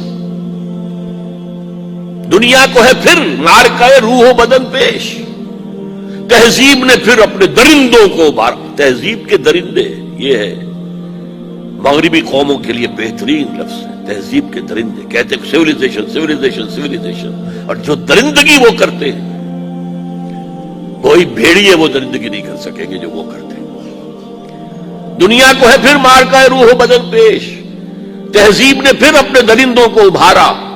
اللہ کو پامر دیے مومن پہ بھروسہ، ابلیس کو یورپ کی مشینوں کا سہارا. This grand confrontation is very soon to come, very soon to come, very soon to come. ایک طرف اللہ ہے اور مرد مومن ہے، دوسری طرف ابلیس ہے اور اس کا سب سے بڑا ایجنٹ یہودی ہے، اور یہودیوں کے سپورٹرز عیسائی ہیں. یہ ہے دو طرفہ، یہ دو فریق ہیں. اور وہ میں آپ کو پہلے سنا چکا ہوں نظم. ابلیس نے کہا تھا مجھے نہ جمہوریت کا کوئی خطرہ ہے، نہ کوئی فاشزم سے خطرہ ہے، نہ کوئی اشتراکیت سے خطرہ ہے اگر کوئی خطر مجھ کو تو اس امت سے ہے جس کی خاکستر میں ہے اب تک شرار عرض. خال خال اس قوم میں اب تک نظر آتے ہیں، وہ کرتے ہیں اشک سحرگاہی سے جو ظالم وضو. وہی خطرہ ہے جس کا ذکر کیا جب یو ایس ایس آر ختم ہو گئی، جس کے لیے نیٹو بنایا گیا تھا، جس کے لیے سیٹو بنایا گیا تھا، جس کے لیے سینٹو بنایا گیا تھا to contain U S S R. اب جب یو ایس ایس آر ختم ہو گیا وہ تو سر بسجود ہو گیا مغرب کے سامنے، ہاتھ پھیلا کر بھیک مانگنے کی پوزیشن میں آ گیا. اس وقت اثر نو نیٹو کو آرگنائز کر رہے ہیں، ایکسٹینڈ کر رہے ہیں. کسی نے پوچھا چیف آف دی نیٹو سے کہ یہ اب آپ کو کس بات کا دیں؟ ہمیں مسلم فنڈامنٹلزم سے خطرہ ہے. وہ جو ابلیس نے کہا وہی اس نے کہا. ہمیں اندیشہ ہے مسلم فنڈامنٹلزم سے، لہذا ہمیں چوکس رہنا ہے اور مضبوط کرنا ہے اور تکڑے ہونا ہے. یہ ہے در حقیقت ہے اگر کوئی خطر مجھ کو تو اس امت سے ہے جس کی خاکستر میں ہے اب تک شرار عرض. اب دیکھیے، ایک طرف میں نے بتایا ایک یہودی ہیں اور ان کے خواب ہیں. خواب کیا ہیں؟ گریٹر اسرائیل قائم کرنا، جس میں تقریباً پورا مڈل ایسٹ آ جائے گا. مصر کا بہترین جشن کا علاقہ جو ڈیلٹا کا علاقہ ہے، سرسبز و شاداب، وہ اس میں شامل ہے. سرائے سینا تو ہے ہی ہے، وہاں تو انہیں ان کا قرآن جو ہے وہ تو نازل ہوا تھا سرائے سینا کے اندر. حضرت موسیٰ علیہ السلام کو جو دیے گئی تھی تورات تو سرائے سینا میں دی گئی تھی نا، وہ دور. پھر فلسطین سارا ان کا ہے، شام سارا ان کا ہے، عراق پہلے کہتے تھے فرات تک ہمارا، اب کہتے نہیں دجلہ تک ہمارا، تاکہ جو دوآبا ہے وہاں پر جو بہت ہی زرخیز علاقہ ہے، دجلہ اور فرات کے درمیان دوآبا، وہ بھی سارا ہمارا ہے. نیچے اتریے، شمالی حجاز ہمارا ہے انکلوڈنگ مدینہ. ہمارے 3 قبیلے یہاں تھے جہاں سے کہ محمد نے ان کو نکالا تھا صلی اللہ علیہ وسلم. خیبر یہاں تھا جہاں سے کہ اکھاڑ کر پھینکا تھا ان کو. ترکی کا بھی جنوبی علاقہ ہمارا ہے. یہ پورا علاقہ ہے گریٹر اسرائیل، یہ قائم کرنا یہ ان کا خواب ہے. آب روانے کبیر تیرے کنارے کوئی دیکھ رہا ہے کسی اور زمانے کے خواب. ان خوابوں کو بلیک اینڈ وائٹ کے اندر لے آیا گیا تھا سن 1897 میں. بیسل ایک شہر ہے سوئٹزرلینڈ میں جہاں ایلڈرز آف دی زائن جمع ہوئے تھے، یہودیوں کے بڑے چوٹی کے لیڈر، اور پروٹوکول انہوں نے مرتب کیے تھے اور اسی میں اپنا ہدف بنایا تھا گریٹ اسرائیل، گریٹر اسرائیل. نمبر 2 ٹارگٹ ان کا کیا ہے؟ مسجد اقصی کو گرانا، قبۃ الصخرہ کو گرانا، تھرڈ ٹیمپل قائم کرنا. وہ جو معبد سلیمانی، ہم تو اسے مسجد اقصی کہیں گے، ایک نبی کا بنایا ہوا تھا تو مسجد ہی تھی، وہ اسے ٹیمپل کہتے ہیں. معبد سلیمانی میں سمجھتا ہوں کہ دونوں کو کور کر جائے گا. 1000 قبل مسیح کے اندر وہ تعمیر ہوا، 587 قبل مسیح میں گرا دیا گیا، 100-150 سال کے بعد پھر ریکنسٹرکٹ ہوا، 70 عیسوی میں پھر گرا دیا گیا اور آج تک گرا پڑا ہے. صرف ایک ویلنگ وال ہے جہاں جا کر روتے ہیں، ماتم سا کرتے ہیں، تورات پڑھتے ہیں ہلتے ہوئے، اور اس کا کوئی نام و نشان ہی نہیں ہے. لیکن یہ معلوم ہے کہ اس جگہ تھا جہاں مسجد اقصی اور قبۃ الصخرہ ہے. تو ان کو گرانا ہے، اس کو بنانا ہے. اور نمبر 3، پوری دنیا کو اپنے مالیاتی استحصال کے اندر جکڑ لینا through world bank, through multinationals, through globalisation, through TRIPS, سب کو جکڑ لینا کہ تمام دنیا جتنے انسان ہیں دنیا میں، وہ حیوان بن جائے، کام کریں کام کریں کام کریں کام کریں، اور جو کچھ کمائیں اس کی ملائی ہم سود کی شکل میں کھینچتے چلے جائیں. چھاچھ ان کے لیے چھوڑ دیں تاکہ پئیں، تاکہ اگلے دن بھی کام کر سکیں. یہ ان کا فلسفہ ہے، تالمود میں لکھا ہوا ہے کہ در حقیقت انسان تو صرف ہم ہیں، باقی جتنے انسان ہیں، جنٹائلز بھی کہتے ہیں ان کو، گوئمز بھی کہتے ہیں ان کو، یہ انسان نما حیوان ہے، یہ حیوان ہے، انسان نہیں ہے. شکلیں انسانوں کی سی ہیں. اور جیسے کہ حیوانات کو استعمال کرنا انسان کا حق ہے، بیل کو ہل کے اندر جوتتا تھا کہ نہیں؟ اب ٹریکٹر آ گئے تو دوسری بات ہے. گھوڑے کو تانگے میں جوتتا تھا کہ نہیں؟ اب ٹیکسیاں چل رہی ہیں، ٹھیک ہے، لیکن کہیں کہیں تو تانگے ہی چل رہے ہیں، کہیں تو انسان بھی جتے ہوئے ہیں. خیر، ہندوستان میں تو وہ سائیکل رکشہ چل رہا ہے ابھی تک. بہرحال ظاہر بات ہے کہ جس طرح تم نے ان حیوانوں کو استعمال کیا، ہمارا حق ہے تمہیں استعمال کرنا. البتہ جیسے تم تانگے کے اندر جس گھوڑے کو جوڑتے ہو، شام کو جو کما کر لاتے ہو، اس میں سے تھوڑا حصہ اسے بھی دیتے ہو نا. کوئی دانا نہیں ڈالو گے، کوئی چارہ نہیں ڈالو گے تو اگلے روز کیسے کام کرے گا؟ اسی طرح ہم بھی تمہیں بنا دیں گے حیوان، اور تم کام کرو گے کام کرو گے کام کرو گے. جو کچھ بنے گا، جو پروڈکشن ہوگی، اس میں سے کچھ حصہ تمہارے لیے چھوڑ دیں گے، ملائی اور مکھن اب کھینچ رہے ہیں. کیا ضرورت ہے جا کر حکومت کریں؟ جہاں بھی حکومت کریں گے وہ تمہیں ماریں گے، تم انہیں مارو گے، کیا فائدہ؟ کھینچ لو. یہ 3 خواب ہیں یہود کے، اور اب یہودیوں کے اعلی کار ہیں اس وقت عیسائی. عیسائیوں میں سے بالخصوص پروٹیسٹنٹس. اسی لیے ایک اصطلاح میں نے 12 بتائی، west, white Anglo Saxon Protestants. West جو ہے وہ بھیڑ کو کہتے ہیں، وہ کاٹ جاتی ہے کہیں تو پھر وہ سوج جاتا ہے اور آدمی، تو وہ ویسٹ جو ہے WASP، white Anglo Saxon Protestants. یہ سب سے بڑے اعلی کار ہیں یہود کے. اور ان میں سے بھی بالاخص، ایک تو میں نے بالخصوص کہا، ایک بالاخص ایونجلسٹ، یہ جو ایک عظیم تحریک ہے امریکہ کے اندر، انجیل پڑھو اور انجیل کی پیروی کرو. اور انجیل جو ہے اس کا تو بیشتر حصہ تو یہودیوں سے متعلق ہے، تو بڑا چھوٹا سا حصہ ہے نیو ٹیسٹمنٹ کا. تو لہذا وہ یہودیوں کی اب بالادستی اور یہودیوں کی عزت اور یہودیوں کا مقام ان کے دلوں کے اندر دوبارہ پیدا ہو گیا. یہ ہے، یوں سمجھیے، امریکہ sole supreme power on earth, SSP، sole supreme power on earth. ایک طرف تو یہ ہے، دوسری طرف EU. And what is EU؟ European Union اصل میں ہے کیا؟ Revival of the old holy Roman empire. یہ ہے کہ جو کیتھولکس ہیں، ان کا خواب یہ ہے کہ ہم ایک کیتھولک ریاست قائم کریں فلسطین کے اندر. ہمارا عیسیٰ یہاں پیدا ہوا، یہاں پلا بڑھا، یہاں پر اس نے وعظ کہے، یہیں پر اسے سولی دی گئی، ہمارا علاقہ یہ تو یہودی تو کہیں بہت پرانے دور کے باتیں کر رہے ہیں، موسٹ ریسنٹ تو ہمارا معاملہ ہے، علاقہ ہمارا ہے۔ یہ ان کی آپس کی کنٹروورسی ہے، کیتھولکس کی اور پروٹیسٹنٹس کی۔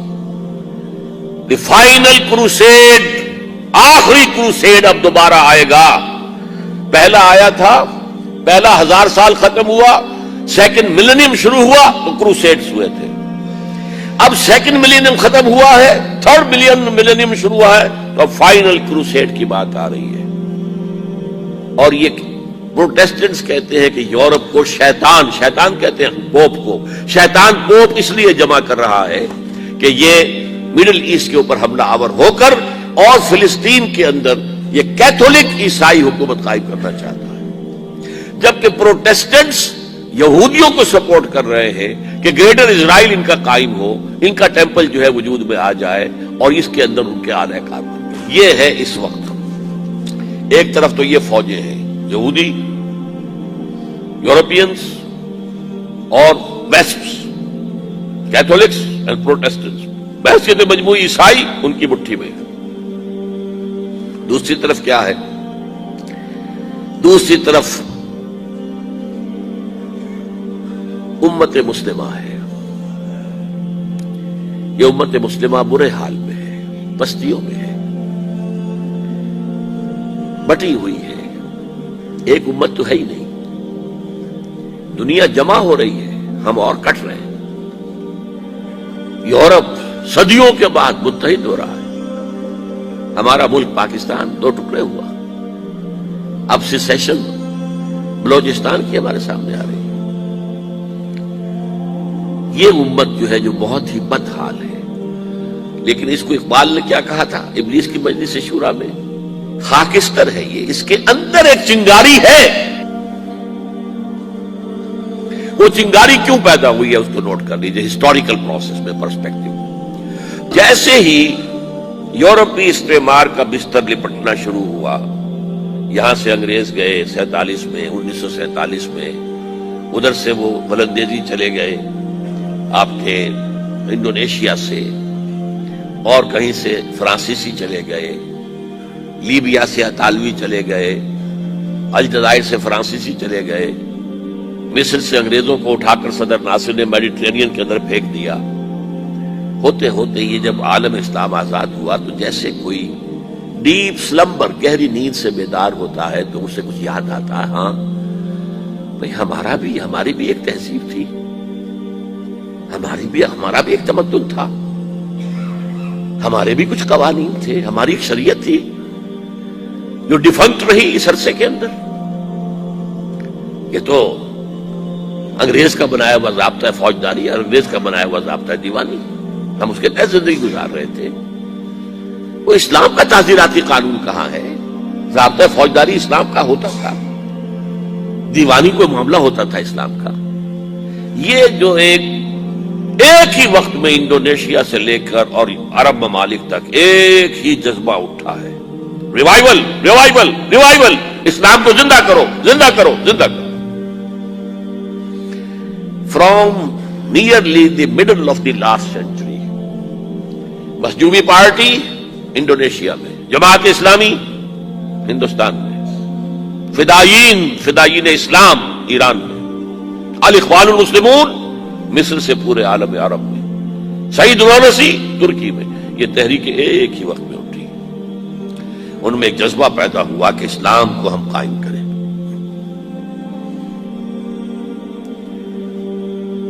ان تہذیبوں نے، ان تحریکوں نے ایک چیز تو بہت عام کر دی ہے، اللہ کا شکر ہے، بہت عام کر دی۔ وہ تصور اب چلا گیا، اب کچھ لوگ جو ہیں بہت ہی دقیانوسی لوگ لے کر بیٹھے ہوئے ہیں اس تصور کو، لیکن جو بھی ذرا بیدار ہے، اس کے اندر تھوڑی سی بھی اندر ایلومینیشن آ گئی ہے، وہ جانتا ہے اسلام صرف مذہب نہیں، دین ہے، مکمل نظام زندگی ہے، اور دین اپنا غلبہ چاہتا ہے۔ دین ہوتا ہی اس وقت ہے جب غالب ہو، جب غالب نہیں ہے، مغلوب ہو گیا تو وہ مذہب رہ جائے گا۔ اس میرے فارمولے کو اچھی طرح سمجھ لیجئے۔ انگریز آیا، دین اب انگریز کا ہو گیا، قانون اس کا ہوگا، اپنا قانون اپنے گھر میں رکھو، ہاں نمازیں پڑھو، روزے رکھو، ہمیں کوئی اعتراض نہیں۔ مذہب اسلام we are ready to recognise, دین اسلام ختم۔ دیکھیے آج یہ چیز اپنے کلائمیکس کو پہنچ گئی ہے۔ آج سول سپریم پاور آن ارتھ امریکہ کہہ رہا ہے دین اسلام اسے ہم ختم کر کے رہیں گے، کچل کر رہیں گے، مذہب اسلام اسے ہم ایمبریس کرنے کو تیار ہیں۔ اب میں کہتا ہوں کہ جب وہ کہتا ہے کہ ہم اسلام کے دشمن نہیں ہیں تو جھوٹ نہیں کہتا، سچ کہتا۔ وہ کہہ سکتے ہیں دیکھو تم امریکہ آئے، تم نے ہمارے چرچ خریدے اور مسجدیں بنا لی، ڈڈ وی آبجیکٹ؟ ہم نے کوئی اعتراض کیا؟ یو پرچیز سینیگوگس، یہودیوں کی عبادت گاہیں، انہوں نے مسجد بنا لیا، ہم نے کبھی روکا؟ تم نے ہزارہا افرو امریکنز کو مسلمان بنا لیا، ہم نے اعتراض کیا؟ تم نمازیں پڑھتے ہو، ہم نے روکا؟ تم نے اسلامک سینٹرز بنائے، ہم نے روکا؟ اسلام مذہب کی حیثیت سے تم روزے رکھتے ہو تو اب ایک افطاری بھی تمہیں دینے کو تیار ہے، وائٹ ہاؤس میں ایک افطاری دیں گے، سیلیبریٹ کریں گے تمہارا منتھ آف فاسٹنگ، تمہارے عید اور بقرعید پر ہم یادگاری ٹکٹ ایشو کر دیں گے، کرتے ہیں ابھی۔ تو we are not against your religion as Islam is acceptable to us, لیکن نظام سیاسی، معاشی، سماجی نظام یہ ہمارا ہوگا۔ یہ بات ابھی چند دن پہلے میرے ذہن میں آئی ہے، ظاہر بات ہے جب تک زندہ ہوں نئے خیالات تو آئیں گے۔ آج 1400 برس بعد تاریخ جو ہے 180 درجہ اس نے موڑ کھا لیا ہے۔ یہی بات ہماری تھی، ہم نے کیا کہا تھا؟ تم یا اسلام لاؤ ہمارے برابر کے ساتھی ہو جاؤ گے، یا چھوٹے بن کر رہو، مذہب تمہارا ہوگا، دین ہمارا ہوگا، اور ورنہ آؤ میدان میں، تلوار تمہارے ہمارے درمیان فیصلہ کرے گی۔ آج یہی بات بش کہہ رہا ہے، نظام ہمارا ہوگا، تم ہندو رہو، مسلم رہو، سکھ رہو، پارسی رہو، عیسائی رہو، بتوں کو پوجو، ایک خدا کو پوجو، انسین کو پوجو، درختوں کو پوجو، آلہ تناسل کو پوجو، جس کو چاہو پوجو، وی ڈونٹ آبجیکٹ۔ کوئی تہوار بناؤ، ہمیں کوئی اعتراض نہیں، لیکن نظام دی پولیٹیکو سوشو اکنامک سسٹم وہ ہمارا رہے۔ یہ بالکل یوں سمجھیے کہ 180 درجے میں تاریخ نے موڑ کھا لیا ہے۔ ہم نے کہا تھا یہ مانیے، آج وی کانٹ ڈینائی اٹ۔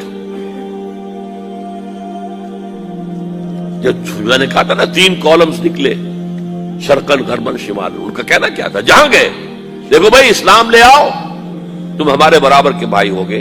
ہم یہ بھی نہیں کہیں گے کہ ہم سینئر ہیں تم جونیئر ہو، ہمارے حق زیادہ ہیں تمہارے کم، نہیں، برابر، بالکل۔ اگر اسلام نہیں لاتے تو چھوٹے بن کر رہو، دین نظام ہمارا ہوگا، مذہب تم رکھ سکتے ہو، عیسائی ہو، پادری ہو، جو بھی ہو، عیسائی، یہودی، جو چاہو رکھ سکتے ہو،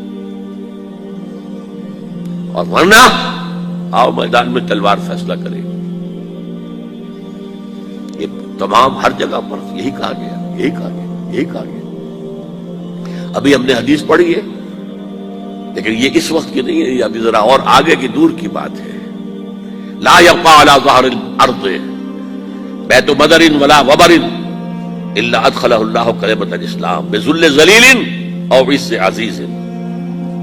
یہاں تو اللہ تعالیٰ اس گھر والے کو اسلام کی توفیق دے گا، اسلام اس کے گھر میں داخل ہوگا، اس کا بھی احساس ہوگا، اور یا وہ چھوٹا ہو کر رہے گا، ہاتھ سے جزیہ پیش کرے گا، یعطی الجزیۃ عن ید وہم صاغرون۔ غلبہ اسلام کا ہوگا، دین اسلام کا ہوگا۔ بہرحال یہ تحریکیں جو ہیں اس میں بہت کچھ، ایک تو پازیٹیو اثر نکل چکا ہے، وہ باقی ہے، وہ ختم ہونے والا نہیں ہے، کہ کچھ صدیوں کے انحطاط اور زوال کی وجہ سے ہم سمجھ بیٹھے تھے کہ اسلام بھی بس ایک مذہب ہے، اب ہم سمجھتے نہیں، اسلام دین ہے، اور یہ غلبہ چاہتا ہے۔ لیکن یہ تحریکیں سب کی سب ناکام ہوئی، اس کی دو وجوہات ہیں، ویسے میرے ہاں میری کتابوں میں تفصیل سے بحثیں ہیں ان پر۔ پہلی وجہ یہ ہے کہ ان تحریکوں نے اسلام اور اس کے نظام پر تو بہت توجہ دی ہے، ایمان پر توجہ نہیں دی۔ اسلام ایک عمارت ہے جس کے نیچے بنیاد ایمان ہے۔ جب تک ایمان قوی نہیں ہوگا، لیونگ تھروبنگ ایمان، برننگ ایمان، ایمان وتھ کنوکشن، اس وقت تک یہ مہم سر نہیں ہو سکتی۔ اور نمبر دو، میتھڈالوجیز انہوں نے جو ہم اصل تحریکیں تھیں ان سے بورو کر لی، کمیونسٹوں سے لے لی، سوشلسٹوں سے لے لی، فاشسٹوں سے لے لی اور گوریلوں سے لے لی۔ یہ ساری جو ہے بوروڈ میتھڈالوجیز ہیں، حالانکہ اس میتھڈالوجی لینی چاہیے تھی سیرت محمد سے صلی اللہ علیہ وسلم۔ ان دو غلطیوں کی وجہ سے یہ ساری تحریکیں ناکام ہو گئی۔ الاخوان تقریباً ختم ہے، جماعت اسلامی تقریباً ختم ہے، اور بھی تحریکیں، فدائین اسلام کا تو پھر کہیں ذکر ہی نہیں ملا، یہ تو بعد میں وہاں مجاہدین خلق وغیرہ پیدا ہوئے، لہذا یہ تحریکیں ناکام ہو چکی ہیں۔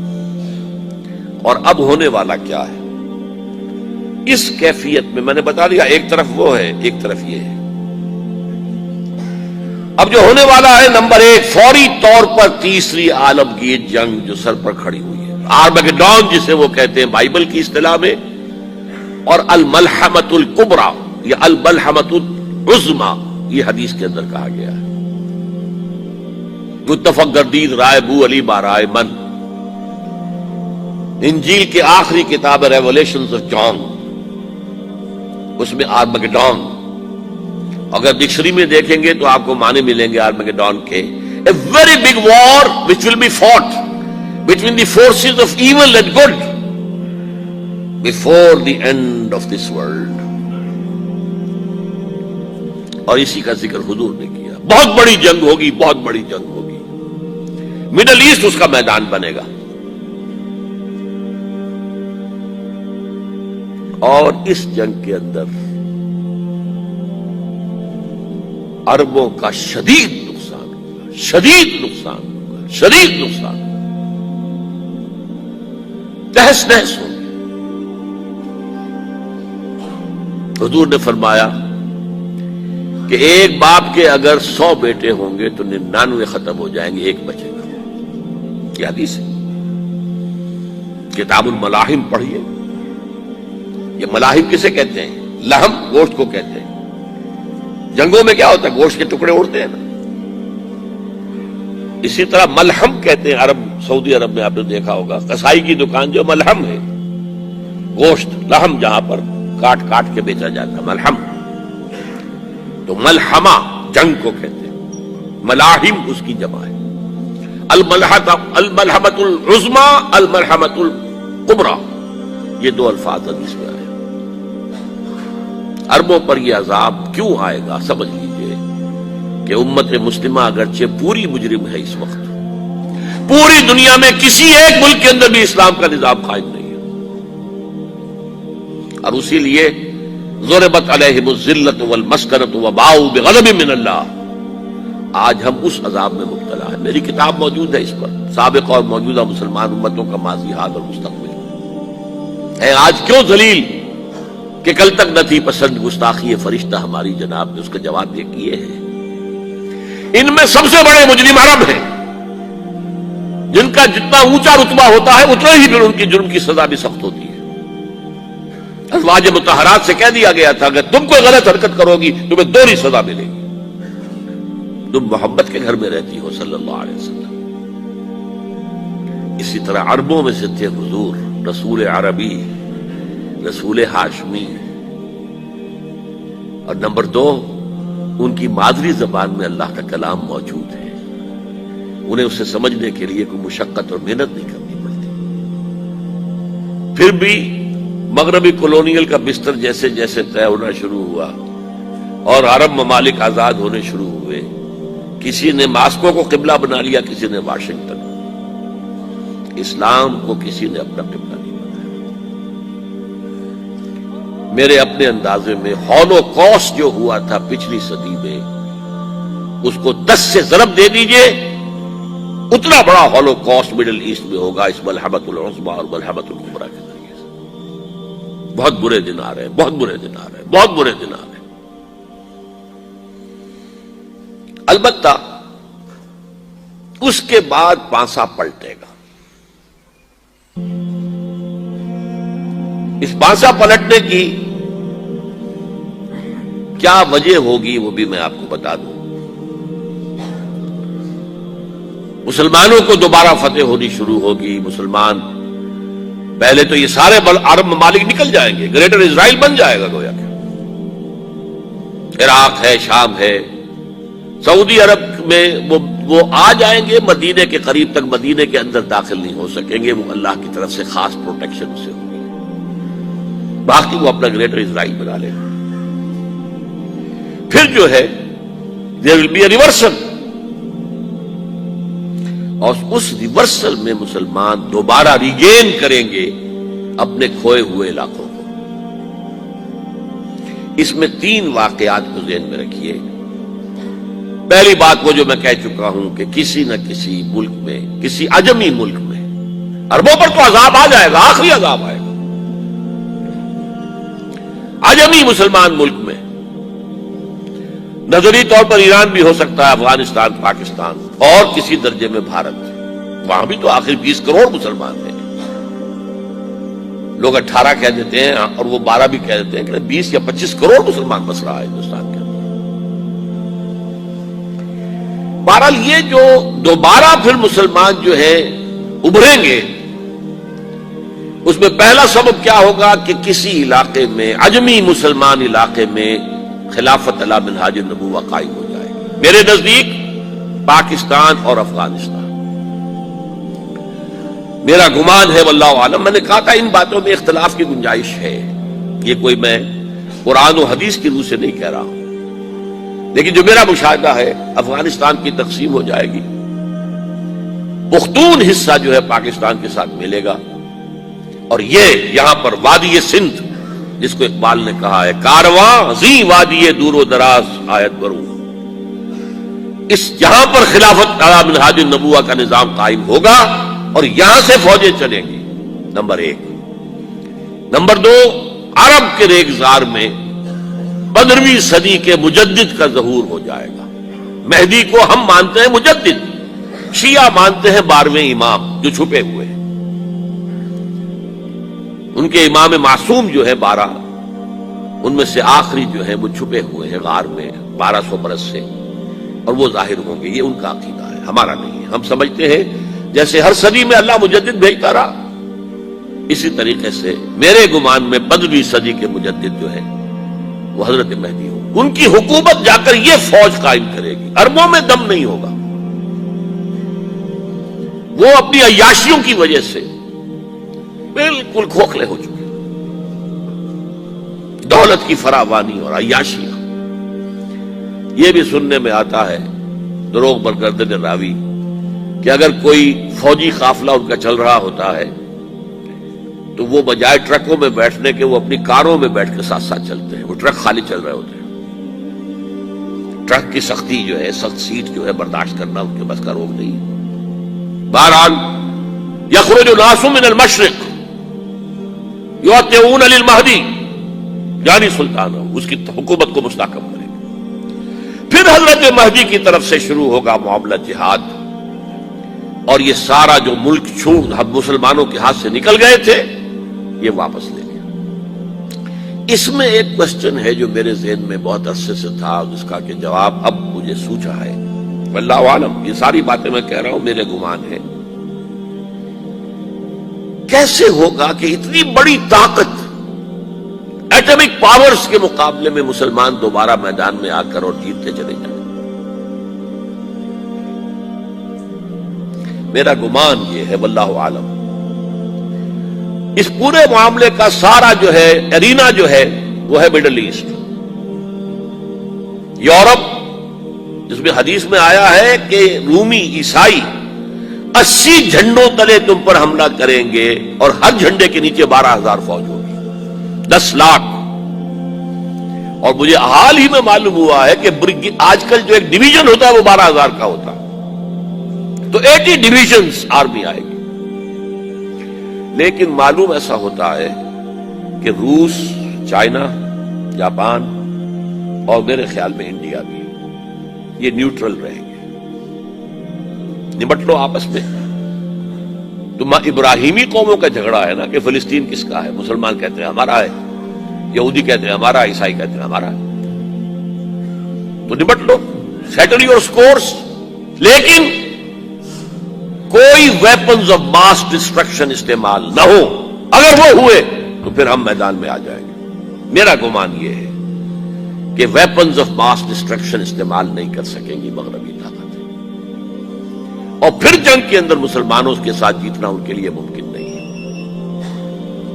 جن کو موت عزیز ہے، منحصر مرنے پہ ہو جس کی امید، نا امیدی اس کی دیکھا چاہیے، اور وہ مرنے کو تیار نہیں ہے.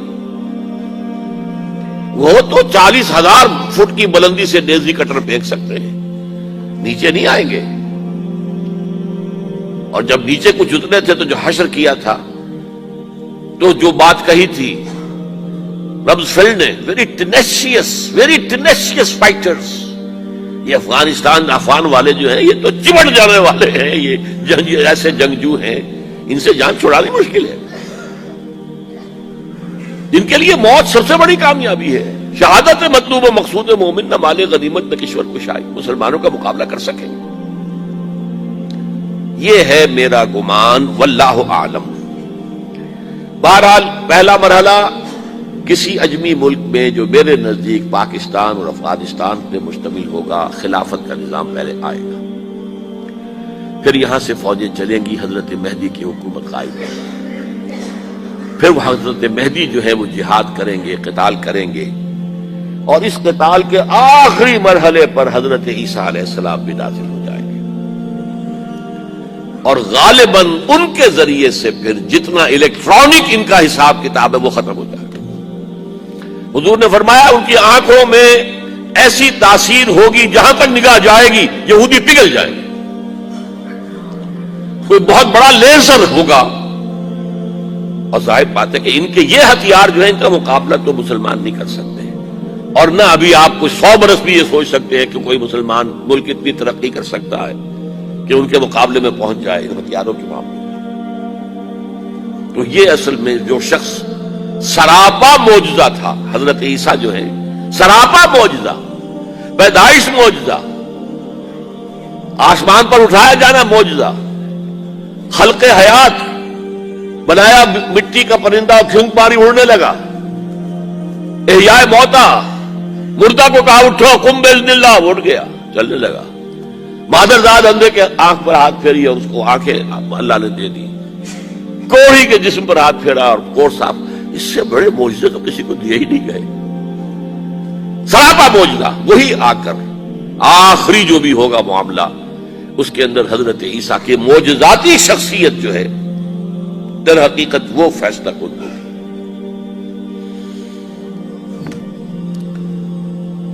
میرے نزدیک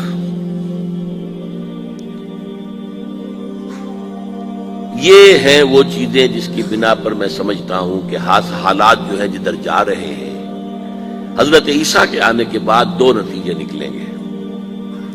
عیسائیوں کا مذہب ختم ہو جائے گا. حدیث میں آیا ہے کہ عیسیٰ آئیں گے، یکسر الصلیب و یقتل الخنزیر، صلیب کو توڑ دیں گے. کیا مطلب؟ کہاں تم صلیب اٹھائے پھر رہے؟ میں صلیب دیا ہی نہیں گیا، یہ سب تمہارا ایک من گھڑت قصہ ہے. مجھے تو اللہ نے پہلے اٹھا لیا تھا. وما قتلوہ وما صلبوہ، صلیب ہی پر کھڑی ہوئی ہے عیسائیت ساری کی ساری. اور خنزیر کو قتل کر دی. خنزیر تم نے کیسے حلال کر لیا اپنے لیے؟ کبھی اسلامی شریعت کے اندر موسیٰ کی شریعت میں حرام تھا، وہی موسیٰ کی شریعت میں تمہیں دے کر گیا تھا. Don't think I have come to destroy law. یہ لا تم پر نافذ رہے گا. گویا کہ عیسائی مذہب ختم ہو کر اسلام میں منتخب ہو جائے گا. یہودی ایک ایک ختم کر دیا جائے گا. یہودی کیوں اس انجام کے مستحق ہیں؟ اللہ کا پرانا قاعدہ چلا آ رہا ہے، جس قوم کی طرف کسی رسول کو بھیجا اگر قوم نے بحیثیت مجموعی رسول کا انکار کیا وہ ہلاک کر دی گئی. قوم نوح ہلاک ہوئی یا نہیں؟ قوم ہود، عاد ہلاک ہوئی یا نہیں؟ قوم سمود جن کی طرف حضرت صالح بھیجے گئے، قوم شعیب، عمورہ اور صدوم کی بستیاں، آل فرعون. یہودیوں کی طرف حضرت عیسیٰ کو رسول بنا کر بھیجا گیا تھا، انہوں نے رد کر دیا. محمد رسول اللہ کو رد کر دیا صلی اللہ علیہ وسلم. یہ اس سزا کے مستحق ہو چکے ہیں، لیکن وہ سزا ان کا رسول ہی ان کو آ کر دے گا، اسی لیے انہیں اٹھا لیا گیا.